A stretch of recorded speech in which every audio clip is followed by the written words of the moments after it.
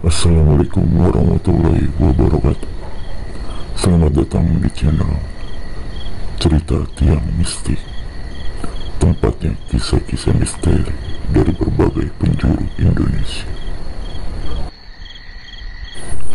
Malam ini kita akan membahas sebuah cerita kelam dari kota Tangerang tentang jembatan tua di atas sungai Cisadane dan sosok yang katanya masih menunggu di sana.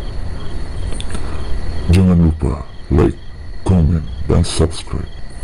Sekarang mari kita mulai kisah penunggu jembatan Cisadane.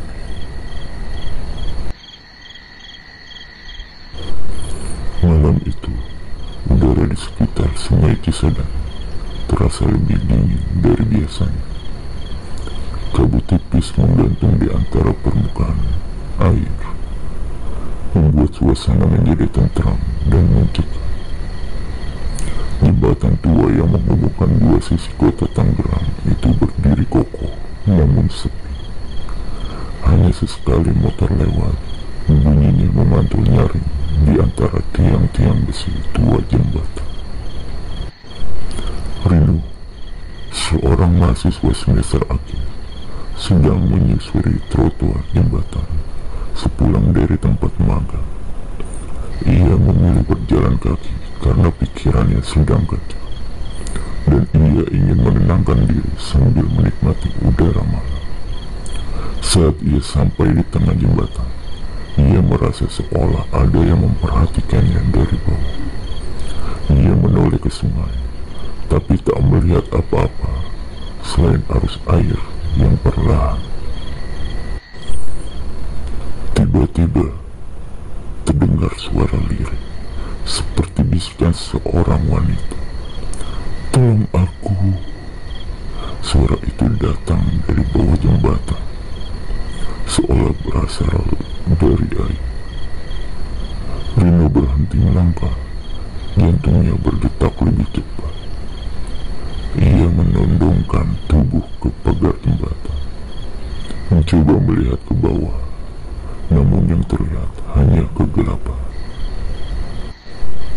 Ketika ia hendak melanjutkan langkahnya, suara itu terdengar lagi, kali ini lebih jelas.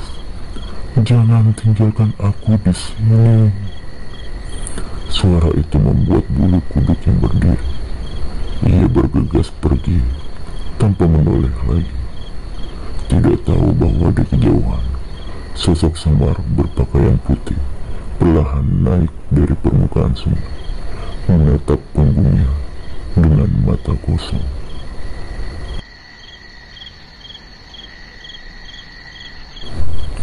Keesokan harinya, Rino bangun dengan kepala berat dan perasaan tak enak. Ia merasa seperti bermimpi buruk semalaman, tapi tak bisa mengingat detailnya. Saat turun ke ruang tamu, ibunya langsung menatapnya dengan khawatir. "Kamu kenapa semalam? Sepatumu basah kuyup waktu pulang," kata ibu. Rino terdiam. Ia ingat jelas tidak pernah turun ke sungai, apalagi menginjak air. Rino mencoba mengabaikan kejadian semalam dan menjalani harinya seperti biasa. Tapi rasa gelisah itu tak kunjung hilang. Saat ia membuka tasnya, ia menemukan sehelai kain putih kecil, basah dan berbau tanah sungai. Ia merasa mual. Ia yakin itu bukan miliknya dan tak mungkin ada di sana secara kebetulan. Malamnya, ia menceritakan semua pada temannya, Dimas, yang kebetulan suka hal-hal berbau supranatural. "Lu gak salah jalan semalam?" tanya Dimas sambil serius. Rino menggeleng. Gue ngerasa dia manggil gue, kayak minta tolong, tapi gue takut. Dimas mengangguk pelan. "Gue pernah dengar cerita, katanya ada arwah wanita di sana, tenggelam hilang waktu kecelakaan. Gak pernah ditemukan jasadnya. Pikiran Rino semakin kacau. Ia mulai bertanya-tanya, apakah itu hanya halusinasi karena kelelahan, atau ada yang benar-benar mencoba menghubunginya di dalam hati. Ia mulai merasakan satu hal yang tak bisa diabaikan. Panggilan itu belum selesai.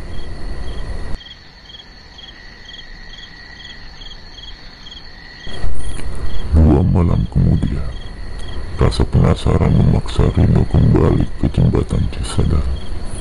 Kali ini, ia datang lebih awal, sekitar pukul 9 malam. Saat lalu lintas masih cukup ramai, ia berdiri di tempat yang sama saat mendengar suara itu dulu.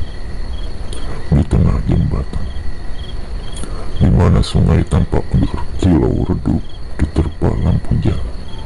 Namun malam ini tak berbeda. Tak ada suara, tak ada bisikan. Saat ia hendak menyerah dan berbalik pulang, matanya menangkap sesuatu di kejauhan. Di sisi berlawanan jembatan, berdiri sosok perempuan berambut panjang, mengenakan pakaian putih lusuh. Sosok itu tak bergerak, hanya berdiri mematung sambil menunggu. Rino menelan lidahnya, mencoba meyakinkan diri bahwa itu hanya warga biasa.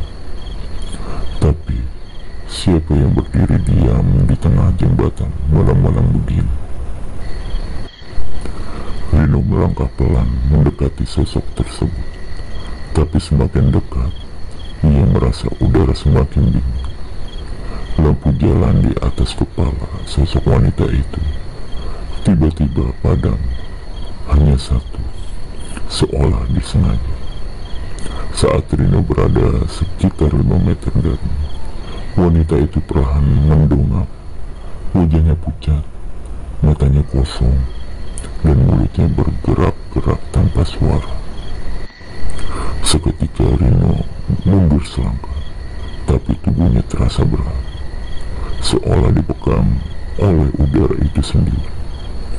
Tiba-tiba wanita itu menghilang, benar-benar lenyap dalam kedipan mata. Rino terdorong mundur dan jatuh terduduk. Suara angin berdesir membawa satu kalimat lirik yang ia kenali. Temukan aku sebelum mereka menemukannya lebih dulu.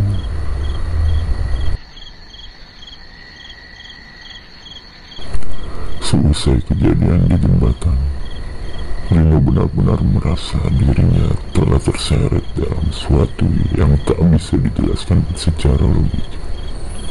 Ia memutuskan untuk kembali menemui Dimas dan menceritakan semuanya, termasuk sosok wanita yang menghilang di depan mata. Dimas terlihat serius dan mulai mencari-cari informasi melalui forum-forum lokal dan berita lama yang diarsipkan.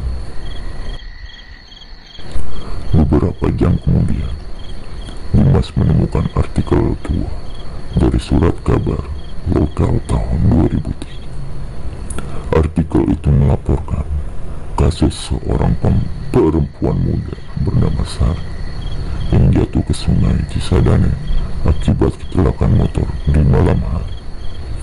Tubuhnya yang tidak pernah ditemukan dan keluarganya akhirnya membuat makam simbolis di dekat sungai sebagai bentuk penghormatan. Mungkin dia itu yang memanggil lu, ucap Dimas sambil menunjukkan foto wanita itu. Dan Rino langsung merinding.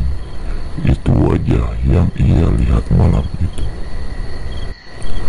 Mereka pun pergi mencari lokasi makam simbolis itu, yang konon berada di tepian sungai, tak jauh dari sisi jembatan. Tapi saat mereka tiba, lahan yang dimaksud sudah berubah menjadi tempat parkir liar. Tidak ada tanda-tanda makam. Seorang tukang parkir yang ditanya hanya menggeleng, mengatakan lahan itu memang aneh, karena selalu membuat orang celaka, entah terpleset atau tertimpa barang tanpa sebab. Rino memandang tanah kosong itu dengan dada sesak. Ia merasa bahwa Sari, arwah yang ia temui, tidak hanya ingin ditemukan. Ia ingin diistirahatkan dengan layak. Tapi apa maksud mereka dalam pesan terakhir? Siapa juga mencari Sari dan kenapa?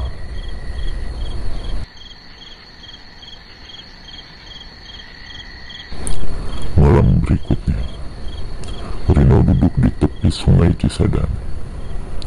Hanya beberapa meter dari bekas lahan makam simbolis Sari. Ia membawa bunga melati dan selembar foto yang ia cetak dari artikel lama.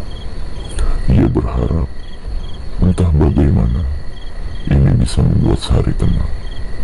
Tapi ketika bunga itu dilempar ke sungai, ia melihat sesuatu yang tak biasa. Bayangannya di air tampak berdiri, padahal ia sedang duduk. Bayangan itu bukan dirinya. Rambut panjang, gaun putih, dan mata kosong memandang langsung ke arahnya. Ia terlonjak mundur dan hampir terjatuh ke air. Dalam kepanikan, ia meraih tasnya dan berlari kembali ke atas jembatan. Tapi langkahnya terhenti ketika ia melihat seorang berdiri di ujung jembatan.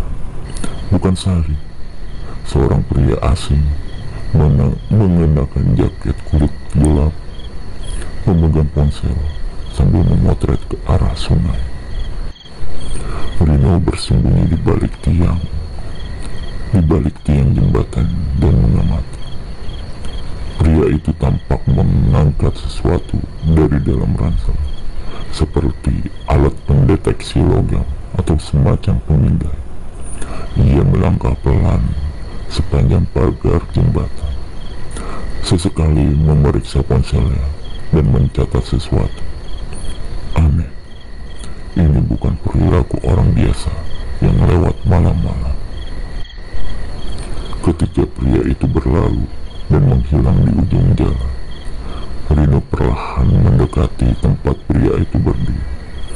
Ia menemukan selembar kertas kecil yang tertinggal di lantai jembatan. Petas tua sungai Cisadane dengan tanda silang merah di 3 titik.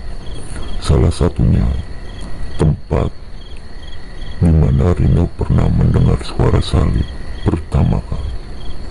Ada yang sedang mencari sesuatu di dasar sungai, tapi bukan untuk menolong.